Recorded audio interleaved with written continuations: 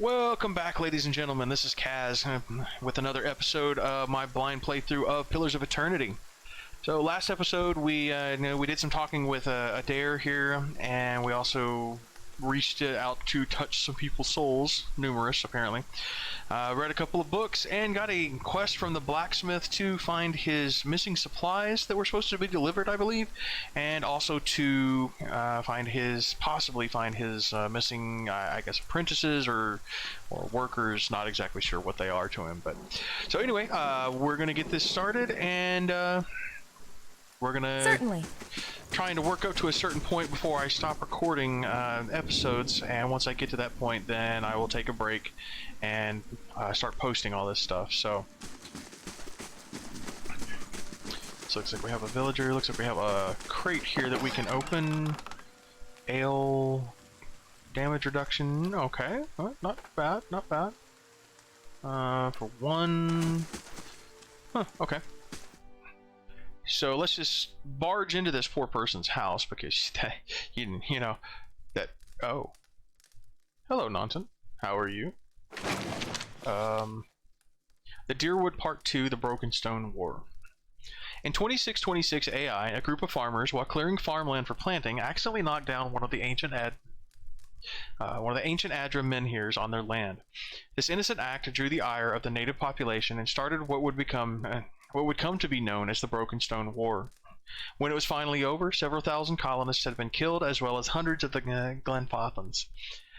Even though the war was technically over, the Glenfathans escalated their attacks on the settlers over the next 2 years, using vicious tactics that left many colonists, several military figures, an earl, and 6 thanes dead. Unable to stop the Glenfathans' attacks, the earls elected Earl Edring Hadrit to the position of Grafe, whatever that is. Well respected and known to be a master of military tactics, he was tasked with dealing with the Glenfathan threat. Edring fought with the Glenfathans, led by an Orland named Regid.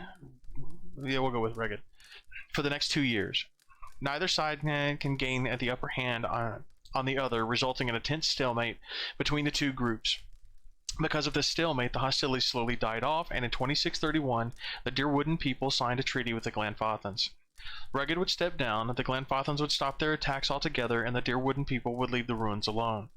This treaty angered the nobility in Adair, as it brought to a halt the supply of artifacts. Edring also tried to get the practice of slavery outlawed, but this was not successful. Because of this, the peace between the Deerwood and the Glenfath is uneasy and tumultuous. Small patches of rural violence still cropped up, but were easily dealt with as neither side wanted another war. Taking a book. Okay. This man and woman appear to have been deep in conversation, working at closing 2 bulging satchels. They move to embrace until the woman notices you approach and pauses, her smile faltering a little. Hail and well met. Can we help you? She looks to her companion, brows furrowing with confusion. Do you know this woman, Nanton? Nanton coughs. Yes, I think we met in the Valewood. I warned her about the bear. He inclines his head. Glad to see you've made it. Was there something else you wanted? Yeah, you two are in good spirits for people who just lost a friend. Is there anything you can... Yeah, you two do seem to be in good spirits for... That's unkind of you to say. I'm grieving my husband in my fashion. I'm only sorry I could not convince him to leave Gilded Vale before this happened. I'm relieved to be rid of this terrible place. That's all. That's all. It's cost me the greater part of my life and now my husband, and I'm glad to be free of it. Okay, well... do seem to be in a hurry. Yes, I imagine so. We're packing for a trip, actually. I've been meaning to visit Defiance Bay, and, well, in truth, I think I've had my fill of this town. It's time for some new scenery. Okay, is there anything you could tell me about Gilded Vale? She smiles wryly. Only that you'll be wanting to move on as soon as you can. You'll have seen the tree, I imagine, but the rot goes deeper. If you were looking for work, I'd say you'd have a better chance of it elsewhere. We're headed for Defiance Bay ourselves. Okay. Is that stealing? No, that's not stealing. Alright. Crossbow and... Okay, that works too. Hello. Hello! Okay, you don't have anything Good day to additional you. to say. Goodbye, goodbye. Okay, little fishy there.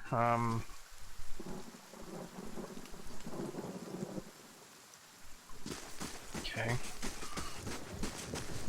Not really sure what's going on with those two, but certainly some fishy behavior. Oh, okay, hello. We know there's more grain in there, Trumbel. We won't settle for scraps while you grow while you grow fat on our crops. A muffled shouting emerges from inside the mill. The first of you drunkards comes through that door gets a shot between the eyes. Gods hear me, Sweener. I'll put you down like a dog. Come away now for now, lads. But we'll be back, Trumbel. We'll have fair prices, or by the flame, we'll have a reckoning. Holy crap, dog! You gonna burn the house down with them inside? Okay, let's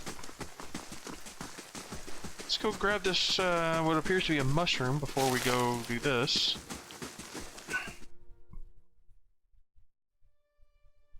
I can just walk in, whereas they couldn't. First one of the steps there, yeah. Oh, an elven man stands before you, his relatively stocky build suggesting a life of labor. His face is pale and drawn and his eyes wide. Behind him, a younger man and woman exchange worried glances. The miller raises a club as you enter. It shakes violently in his grip. Get back if you value your life. Put that down before you get yourself hurt. Hold on, I'm not here to hurt anyone. The miller hesitates, then lowers the club a fraction. Who are you? Is Sweener roping foreigners into his little crusade now? What was all that ruckus outside? My name is Kissa. I've only just arrived. I thought you could use some help. Those people out there seem pretty angry. Yeah, I mean, yeah. Really? Helios tits, could I use a friendly face? I take it you've heard some part of what that crowd's asking for. Grain, as if I got it all tucked away somewhere. Sweener's been egging that lot on for days now. They've been keeping clear so far, but if things keep on like they are, I don't know how much longer we've got before things get messy. Please, if you're not here on his behalf, maybe you could speak to Sweener. He won't listen to me anymore. Just explain that we're all getting smaller rations now. We're all making sacrifices.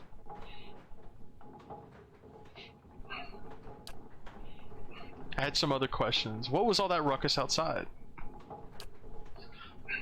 Trumbel shakes his head. Where to begin? Sweener's whipped him up into a froth and going on about the grain stores. Claims I've hidden away most of it. All I do with the grain is sell it. I can't create it out of thin air, and I can't hand it out for free. I pay the farmers for the crops they bring in, and I sell what comes out of the mill. Most of it goes to the Black Hound on the west side of town for ale, and Sweener and his lot sure don't mind that part. You take a look at the fields on the way into town. The crop's blighted, and most of what I'm getting from the farmers, Trumbel gestures to the sacks and containers. It's gone off, rotted through. I can't pay top prices for blighted wheat, and I've barely got enough grain to go around. Sweener's howling after things he has no right to.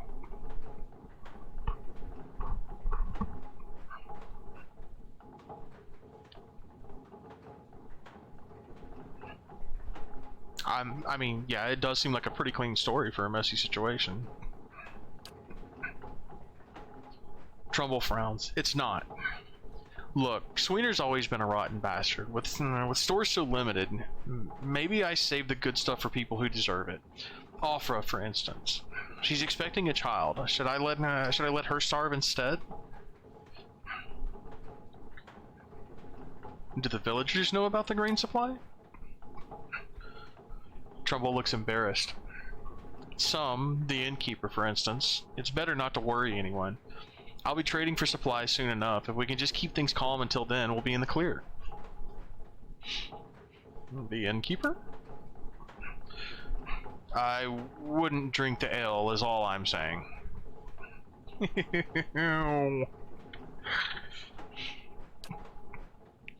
My name is Kissa. I've only just arrived in Gilded Vale. Trumbel shakes his head. You picked a bad time to come visiting Gilded Vale.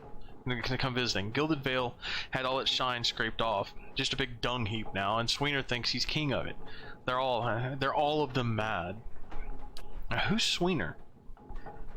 The dwarf. He's the one standing out there spreading lies among the villagers. Bastard's been here for decades, and he hasn't gotten any kinder with time. So, ruckus. Skip. Maybe I ought to go have a talk with Sweener then. Miller all but sags with relief. I'd be grateful if you did. He won't listen to me anymore, but maybe you'll have better luck. And tell him we're all having a hard time of it, and we'll all have to make some sacrifices. We'll be in your debt for it, if you can convince him. Because that's stealing. Who are you? No. Hail and well night. Had some more questions. No, I didn't. Hail, traveler. And that resolve thing seems to be the evil way of handling it, and I don't want to do that.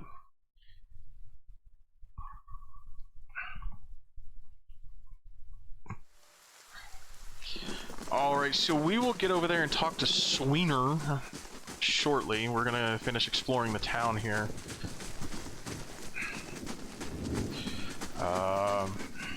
10 to 1 says what this is. Yep, there it goes. You see a large crowd gathered in the middle of a courtyard. This man stands in the midst of them, a cloak pulled over his head, holding it closed around his neck.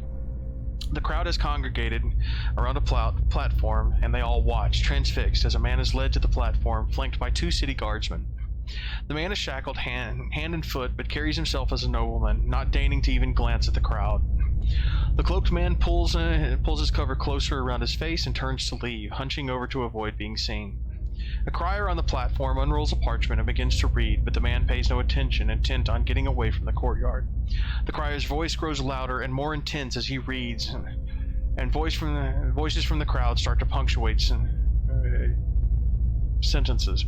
The cheers and shouts grow more frequent, and with each one, the cloaked man flinches and his shoulders droop.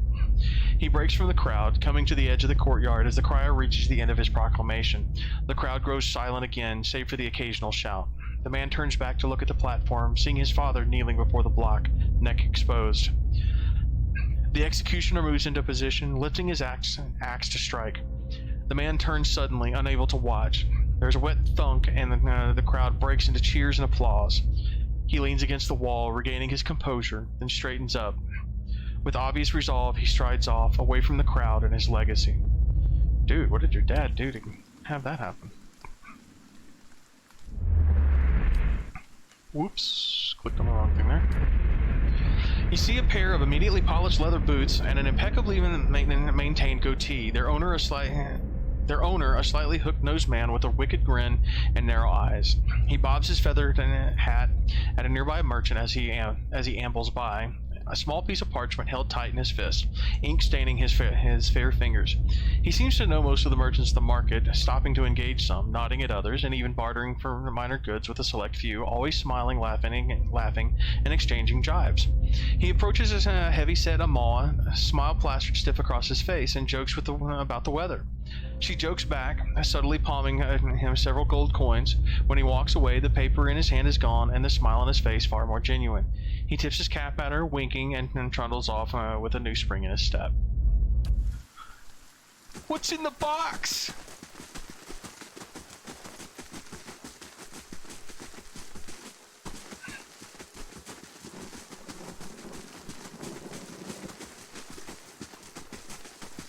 Anything over here? No? Okay. Oh, okay. Wait, the heck was that?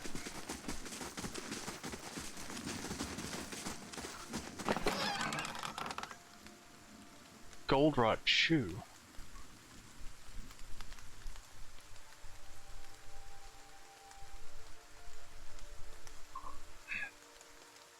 As a favorite of farmers, she swore by the minor boost of energy it provides. Those who use it often and find that they go sluggish. Those who use it often find that they go sluggish when they stop. The shoe is made from the root of golden celery plant.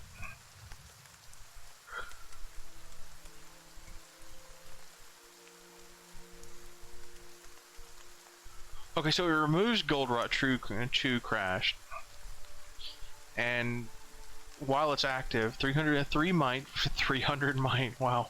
3 might for 600 seconds, plus 1 move speed for 600, minus 2 perception. And after it wears off, you crash. Okay. Well, I mean, we'll take it. I might need it. I hope not. I prefer to not use addictive substances. Stealing, okay. You see a crowded marketplace, vendor stalls lining the road, their proprietors' voices calling out to passers-by and to come sample their wares. This woman wanders through the throngs, strolling hand in hand with another woman. They pursue the vendor's goods, tarrying at a book merchant with a number of old and beautiful tomes, chatting with one another about what they see. One will pick up a book and show it to the other, who will take it, comment on it, and place it back on its shelf. Then the first will snatch up the book again and quickly pay the merchant before the other can snatch it back. They walk away from the market, weighed down by packs filled with books, still hand in hand, standing close, comfortable, and familiar with each other. As they pass down a somewhat deserted street, an object suddenly hits this woman in the chest and bounces off, rolling away and toward one of the buildings. The women stop and look at the object, an apple, and then back up at the person who threw it. There's nothing special about him aside from the angry look on his face and the 2 other apples he holds. Before either woman can move, the man draws back and throws another one at them, this time hitting the second woman in the forehead. He yells at them, something derisive and hateful, something about a legacy and about responsibilities. The woman raises her hand to her head and wipes the juice and bits of fruit from her face and stares the man down defiantly. The first woman squeezes her hand and puts the other on her companion's shoulder, attempting to calm her down. The other woman pulls a book from her pack and holds it before her, muttering under her breath. She pulls her hand free and waves it above the book, an aura forming around her. The first woman is still trying to calm her down, but all she says goes unheard. The man, uncaring of the events happening in front of him, draws back and throws the last apple. As it arcs through the air toward them, the second woman brings up her hand and points at the apple. A glowing orb of energy flies from her hand and strikes the apple, causing it to explode, raining bits of apple down on the road and buildings around them. The man's face changes, anger joined by fear, looking like he's trying to decide if running or attacking is the better course of action. The second woman has started chanting again, her hand glowing, and her eyes narrowing. This woman steps in front of her, placing herself between her love and their attacker. She touches her face, gently stroking it while whispering calming words. A kiss. The woman's countenance changes. She calms, her eyes softening, her lips regaining the lost smile. The first woman smiles again as well, and kisses the other. "Wizard scum," the man behind them says, and the 2 women turn to face him, staring him down defiantly. They join hands and begin walking again, moving past him without so much as a sideways glance. Yeah, I see where that was going. Bigotry, whatever.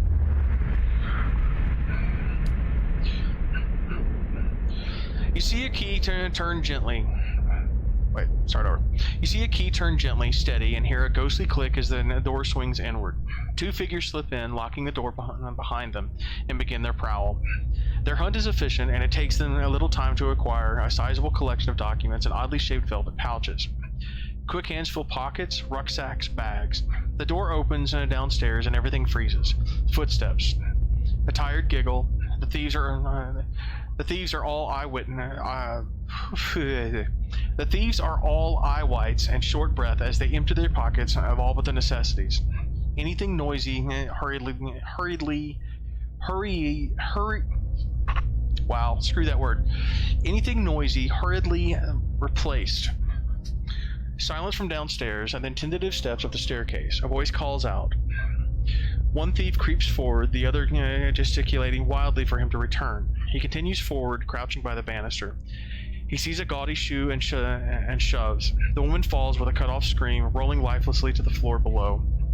Swearing, the second thief grabs her brother, and they make their escape, collecting whatever of value they can on the way out. Well, that's gonna be a mistake.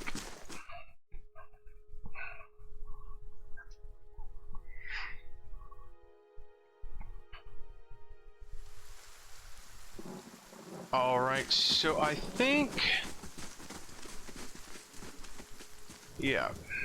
that's gonna be it for now. We're going to go down here to the inn.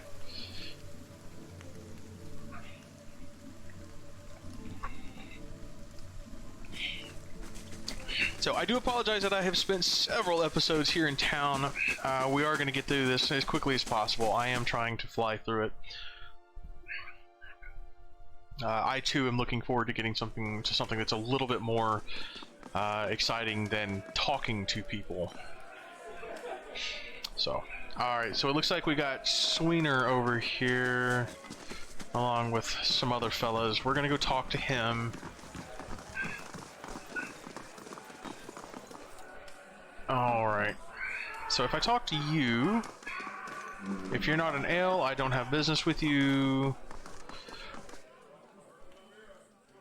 Freaking magistrate, half of us starving and he doesn't lift a finger. Welcome. And Sweener. Don't know who you are and don't much care. Keep walking. We're not here to chat with foreigners. Alof narrows his eyes. Careful, looks like they're cut from the same cloth as those rowdies who attacked me. Smells like it too. Trumbel says you've been threatening his family. I saw you outside of the mill. I saw you outside of the mill. What was that about? Well, someone fancies themselves a meddler, eh? What's that about? It's about Trumbel thinking he's king of the town on account of he's got the mill to his name. The dwarf's jowls quiver with rage. It's about him barely giving us anything of the wheat we bring him, and then cutting our purses when we need to buy grain. It's about farmers going hungry while some bastard gets rich off their crops. That's what it's freaking about. Now shove off. Trumbel says you've been threatening his family. Maybe I could go talk to him for you. What are you doing in here then? What if I buy you all around? Will you talk to me then? Sweener considers it briefly. He looks to the others. Fair enough. You bring us something to wet our throats, and might be I'll feel up to trading words. All right. What do I need to do? God's keep you. Okay. Let's go over here and wait. Can I talk to the server here? Surely he has a purpose. Nope. He really has no purpose. Welcome. Hello again. Anything I can do for you? We still have rooms open and it's never too early for a drink. Please sit where you like. Would you like a room? Blah, blah, blah, blah. Can I see what you have for sale? I'd like to buy a round for the fine fellows over there. Fine fellows? You're having me on. Any more fighting and I'll have to ban Sweener from the inn entirely. Until then, it's 6 copper pieces for the lot. Really? That's it? You can't always give him no. Right then, here. 3 drinks for 3 fools. Just take care with them. They're a hot-tempered bunch. Okay, but I wasn't through talking Good day, to you. stranger. I'd like to know more about the Black Hound. Really? Well, let me see. The actual building's been here for years, but the Black Hound's fairly new. We get a lot of new faces in here, too. Fewer than we used to, I'll admit. I used to work the tables, actually, until the old owner up and left. Nobody's sure what happened to him. Even left his poor hound behind. That's the name, see? The Black Hound? It's still sitting upstairs, pining after him, poor old girl. So... Wait. Alof looks at you and shakes his head after I ask about cold porridge. It isn't by choice, I assure you. We used to serve some of the finest meals in the Deerwood. We've had a damnable run of luck is all. It's been a bad season for the crops and we're running low on supplies. I sent that name sounds familiar. I sent Tinfrith up north to stock up. Tinfrith's our cook, you see. An artist with a good roast. But it's been days since he was supposed to return, and we haven't seen any sign of him. She sighs again. I've only just taken over from the last owner myself. I don't know what I'll do if he doesn't turn up. Well, I mean, I could try and find him for you. Really? I'd be grateful to you if you did. He was traveling through the Vale Wood. It's probably nothing, a broken wheel maybe, but I do worry. You see him safely home, and I think everyone in here would sing your praises. Nobody much likes my porridge. Okay. Did I miss my chance to talk about the dog? Okay, well, I've already done that. No. Welcome. I apparently just bought another round.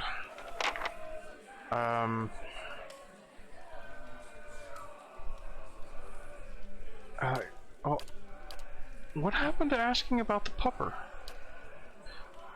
Of course, we keep them nice and tidy. Of course we do. Oh, hello. Inns allow characters to rest without using camping supplies. Cheap rooms are usually available, but if you have a copper to spend, you may consider the more expensive options. The bonuses they provide last for a long time and affect the entire party. Ow. Last for 2 rests. Well, perception and mechanics, resolve. I think we'll go with resolve, but not yet. Gods keep you. What have you got for sale? Other than nothing for me, thanks. Of course, we're running a little short on goods these days, but we might have more. Blah blah blah. You can at least take that off my hands. Did I miss my chance to talk about the dog? Because that's gonna kind of suck. Okay, well, I guess I think I may have missed my chance to talk about the pupper. Oh well. Hello. I brought the drinks. Hey, so you have. By the flame, I never thought I'd be so happy for a mug of the Black Ounce shit beer. Oh, you're... Gods, that's good. All right then. You got my attention.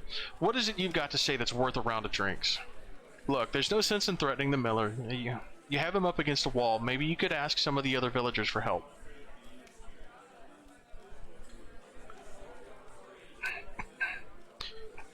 Sweeter eyes you for a few long moments, drinking deep from his mug, then he sighs. You're right. Things go on like they are. We're just going to end up hanging from that tree out there. He looks at his comrade. Tell Trumbel we'll leave him be. Don't know what we'll do now with the crops failing. Haven't got another trade to speak of. Think Pasca needs another hand around the end?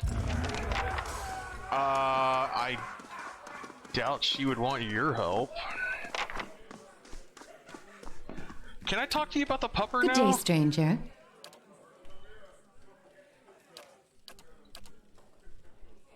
Okay, well, I guess we're gonna go talk to the pupper one way or the other. I don't know.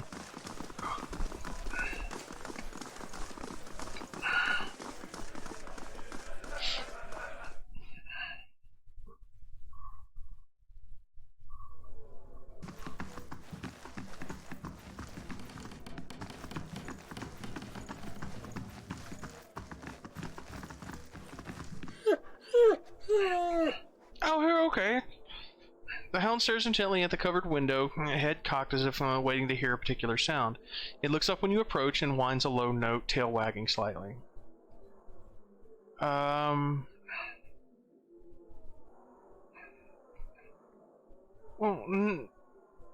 I mean, yeah, I could use a good dog, but I don't think he's coming back. Dog whine. Bleh, bleh. The dog whines softly again, head tilting. Well, you can come with me. Maybe we'll find him on the way. The dog's ears perk up. It trots over to you and barks happily, and somehow magically finds its way into my inventory in a strange way. Okay, well, that strange little pig thing. I don't know what those things are supposed to do. I mean, are the pets supposed to do something? Do they have a purpose other than just sort of being there? I mean, I don't know. Oh well. Good day to you. Let's have a rest. Yes, I would. apparently all 6 of us are going to stay in the room at the same time. Not sure how that works. But everybody's rested. Everybody has +2 resolve. We're going to go talk to Trumbel, and then we're going to head back to the Valewood. There's a bear that we need revenge on.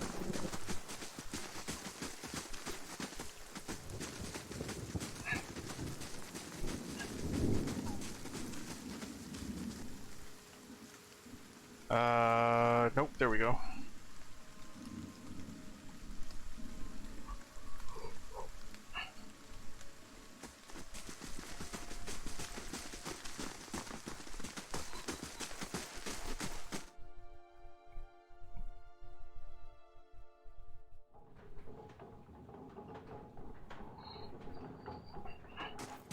Alright, Trumbel. Gods keep you. Trumbel nods a curt greeting. You're back. Have you had any luck with Sweener? Yes, I spoke to Sweener. Trumbel takes a deep breath. And what did he say? I convinced him to leave your family in peace. Why, that's... Really? That's great news. I wasn't sure you'd get through to him. They're out of their minds with drink half the time. Yay, I gained experience and... Wait. Is that both? Did I gain both of those? That'd be crazy. I owe you a great debt. Here. He pulls off a coin purse from his hip, and pushes it towards you. Today's earnings to show my appreciation, and you can be sure I'll let everyone know what you've done for me. Wow. Well, benevolent is not one of my my favorite dispositions, and I could definitely use some coin, so glad to help. And now I'm wishing I hadn't even bothered. 20 copper. I was expecting something a little bit more than that. Alright. Now we stand a chance of getting through the year. All thanks to you. Safe travels, friend. Man, I'm kind of wishing I hadn't bothered with that now.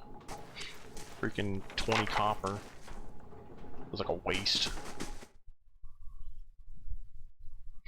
Did anybody level up here? Somebody should have. The 2 adventurers were level 1. Really? I'm here. So...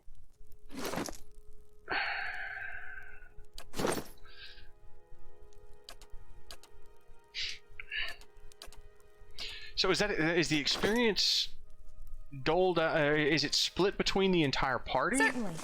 Is that how that works? I mean, I guess it is.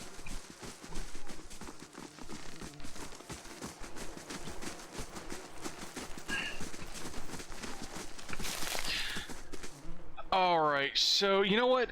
This didn't seem to be a part of any specific thing. So we're gonna go down here and we're going to explore this dungeon. Hopefully it will not take too long. I don't want to run this episode too long for us here. But one of the first things we're going to do is we're going to take care of those wisps. Well, actually, no, I take that back. First thing we're going to do is we're going to go over this way. Let's see. That's auto. That's auto. Can I? No, it doesn't work that way. Doesn't work that way. I need to set yours. Hold ground, aggressive, knockdown, discipline, vigorous defense. Okay, okay. So, and use those. Hey there. I've already set yours. Yes, I've already set yours. Hi? Did I set yours? I did. I'm here. And in case I ever, in case I ever need to do this, I might as well do this. Support. Whenever an ally is subjected to hostile status, zealous endurance is enabled by default. Okay, I guess support then? Sure. That's zealous endurance. Okay. Certainly. Oh, I didn't notice this before.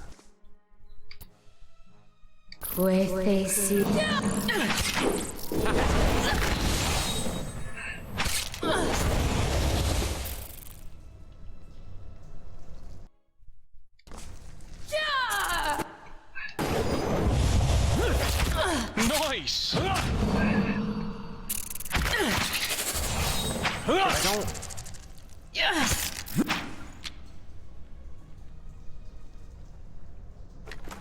Okay, spidery venom sac. Jasper, a letter home. Mother, I have asked Brother Edric to carry this letter to you, for he travels to New Haomar come morning. With him goes what coin I have, and I hope it will ease the surprise of an unexpected homecoming, for I mean to follow in a few days' time. Our village is much changed, and though I do not wish for you to worry, I do not feel it is safe to remain. I know Retrix and Overco will not approve, but the letter trails off there. Well, whoever sat here left it in a hurry. Ink was blah, blah, blah. Apparently, he was in the midst of writing that and was attacked, as we know they were. Okay, so nothing in there. Already explored that. Okay, so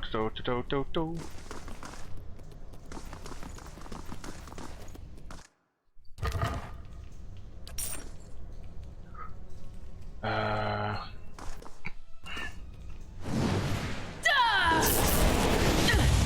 shall deal with... These ones are in for a walloping! I shall deal with this one.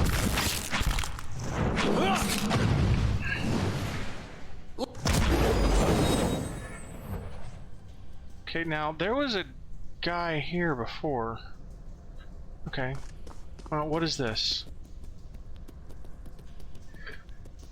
This parchment is worn and tattered, and the ink upon it faded. In this time of hardship, must have just as much faith in ourselves. Okay, that didn't tell me really anything at all. Cool. Actually, come to think of it, I need to change my formation. You are my chanter, I believe? Yes, you are my chanter. You're my priest. So I want you... Wait, no. I need you back here. You there, you there. Okay.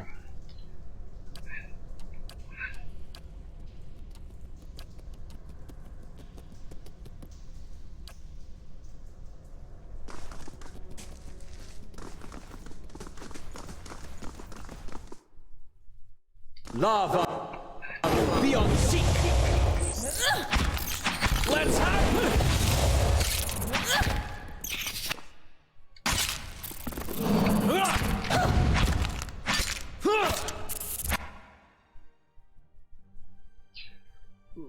Elena's Listen, got folks. low endurance.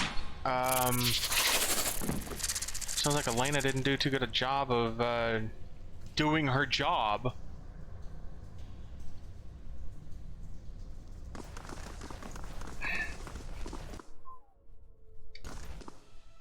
Great things.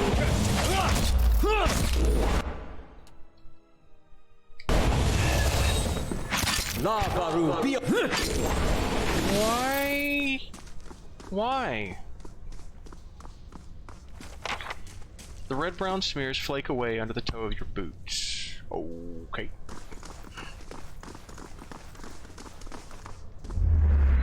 Oh! The nearby crystals light the cracked mosaic of the floor in shades of orange, and at certain angles a metallic symbol beneath your feet gleams gold. As you look on, the air shimmers as if with summer heat. The very dust and air seem to pull together until a thin, glowing mist appears before you.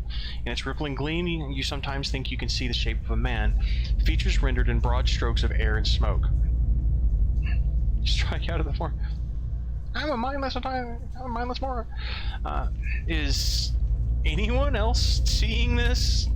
Your voice sparks movement. The spirit surges with a sudden blazing light, and the next moment you are somewhere else. Your mind assailed with a sudden wave of fear and noise.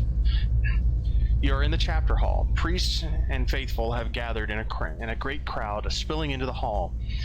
Bodies press against you, surging forward to listen. Your own grief is mirrored in the faces around you. Some of the initiates are weeping. Someone has snuffed the candles, and the room is dark, save for the podium, lit from behind. Two people stand before it, lit in silhouette. A man is shouting, a voice so ragged with fear you cannot understand what he says. But the Retrix stands calm, unmoved. Her strength will see you all through these dark times. You feel that hope like a spark behind.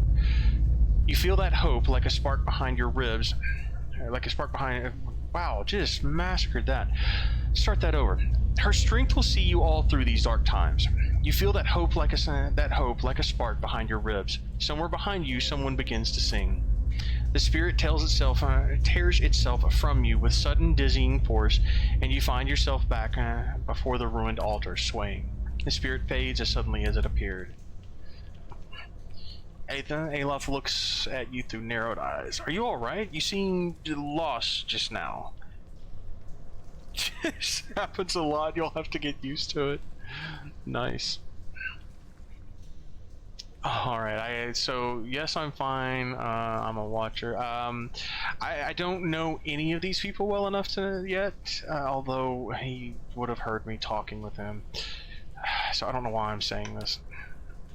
His arched eyebrows recede into his hood. Well, that is interesting.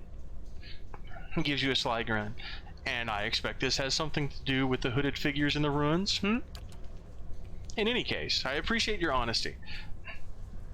Since we're traveling together, it's probably wise for us to share these things. Well, do you know anything about Watchers?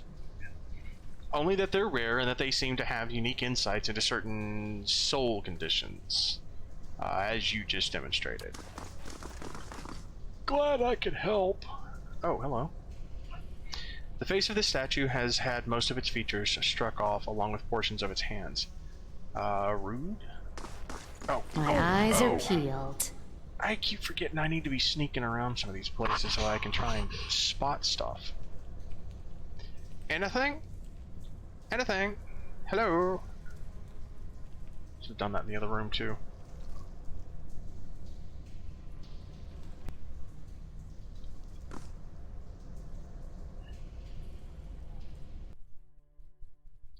Oh, what now?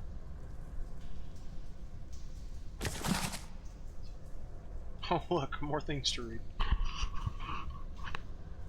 Monsters of the Deadfire Archipelago. The archipelago winds its way between the Great Eastern Ocean and the Restless Ocean, hundreds of small islands in the midst of the water. Few dare brave its treacherous rapids, and fewer still have returned to tell the tale of their adventures through it. Travel between the two oceans is virtually impossible. Great storms hammer any ships foolhardy enough to attempt to navigate, and this alone should be enough to deter anyone from attempting the voyage, as untold ships have gone down, tossed against the rocks. The weather and treacherous rocks are only a precursor to the actual horror of the archipelago.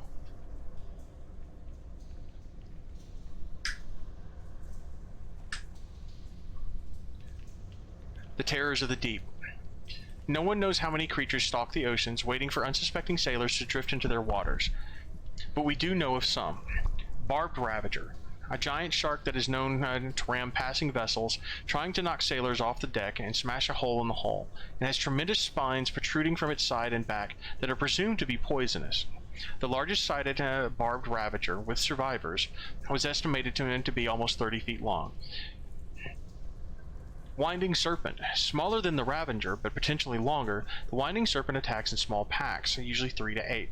They have long, sharp heads, with somewhat reminiscent of a barracuda. Like the Ravager, they repeatedly slam into the side of a ship, hoping to crack a hole in it or knock someone from the deck. They have also been known to swim to the depths and shoot up out of the ocean, landing on the deck, coiling and winding their way around, snapping up any crew they can before plunging back into the ocean. Wow. Leviathan. Imagine the largest whale you have ever seen. The Leviathan is at least 10 times that size. By the time the ship sees a Leviathan, it is already too late. As they rise from the depths, the water around them begins to spin and sink, creating a whirlpool. Jeez. The Leviathan's body surrounds the hapless vessel, preventing escape, and as it goes down, the enormous mouth opens, pulling all aboard to their watery depths. Deaths. Yeah, I get the same thing. Pulpavir. All the creatures you've read about in this book are nothing compared to the Pulpavir. Barely the size of a man, what they lack in size and strength, they make up for in numbers and terrifying viciousness. Their lower halves are a mass of tentacles like an octopus or squid, but more numerous. The tentacles are long black whips with suction cups on the underside and small thorny barbs on the top. The sheer number of tentacles gives them frightening speed when walking on land, pulling themselves forward almost as fast as a running horse. Oh, wow. While they vaguely resemble a human from the waist up, any extended examination proves how wrong that assumption is. Long, stringy black hair falls from the top of their heads to cover a face taken directly from a nightmare. A wide gaping mouth cuts across the bottom of its head from ear to ear, full of wicked dagger-like teeth. Two large round eyes are sunken into its head, black as coal, shining with malevolent fire. A small antenna protrudes from the middle of its forehead, ending in a small nodule that can glow with an eerie blue light. One can imagine a sailor on the deck of his ship at night, looking out and across the black water, blood freezing as countless lights appear beneath the surface, rising toward him as the pulpovirs swarm upward. Because they seem to be more octopus than man, they can collapse in on themselves, fitting into spaces no person should be able to. The smallest crack in a hull, the slightest separation between boards offers them entrance. It is not unknown for them to slaughter an entire crew from hold up to deck by infiltrating the ship from beneath. Fortunately, they do not seem to have spread too far outside of the archipelago, but there may come a day when pulpovir attacks become commonplace. Wow. Those things sound... okay. Horrendously vicious. So... alright. You on him, you, I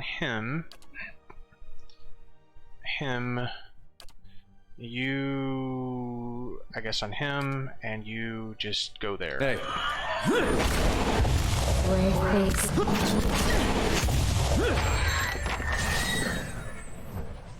Aight. Another book! Dunrid Row. The origin and practices of Dunrid Row are difficult to nail down. When asked, everyone seems to know how Dunrid Row started and how long it's been in operation. Yet every person asked and gives a different account of its creation and a different date. The only thing everyone can agree on is that it seems to have been around as long as anyone can remember. Without fail, everyone recalls hearing about the exploits of Dunrid Row when they were children. Aside from the organization being comprised of special investigators, most of whom seem to be ciphers, and the fact that they seem to have their hands in everything, yet never admit to it, anything reported about Dunrid Row walks the line between truth and outright hearsay. Information abounds, but no one can say which fragments are truth and which are fiction.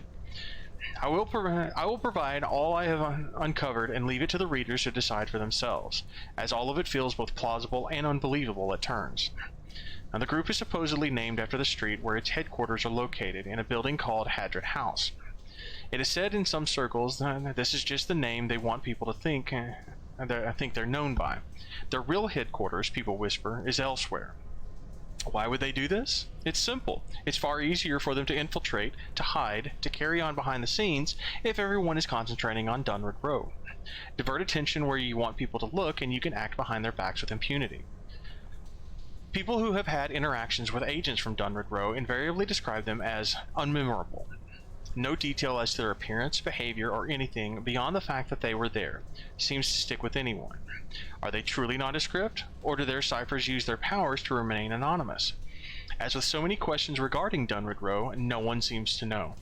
While no specific details about the agents are ever reported, one fact that all people agree with is that they seem primarily to be Orlans and Glenfathan elves, though theories as to why this may be are many and conflicting.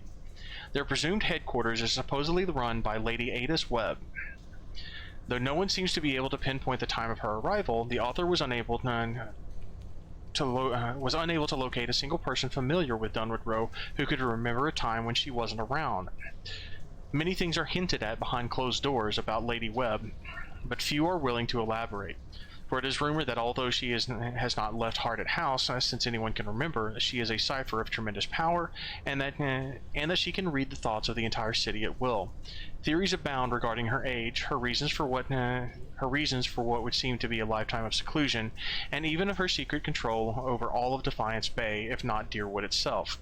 But as with all of the matters regarding the organization, no one seems to be able to say anything for sure.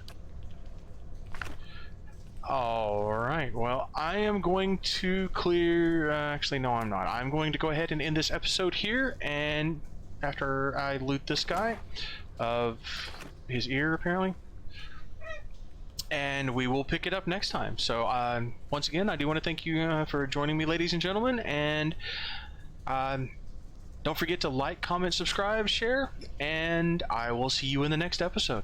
Take care. Bye-bye.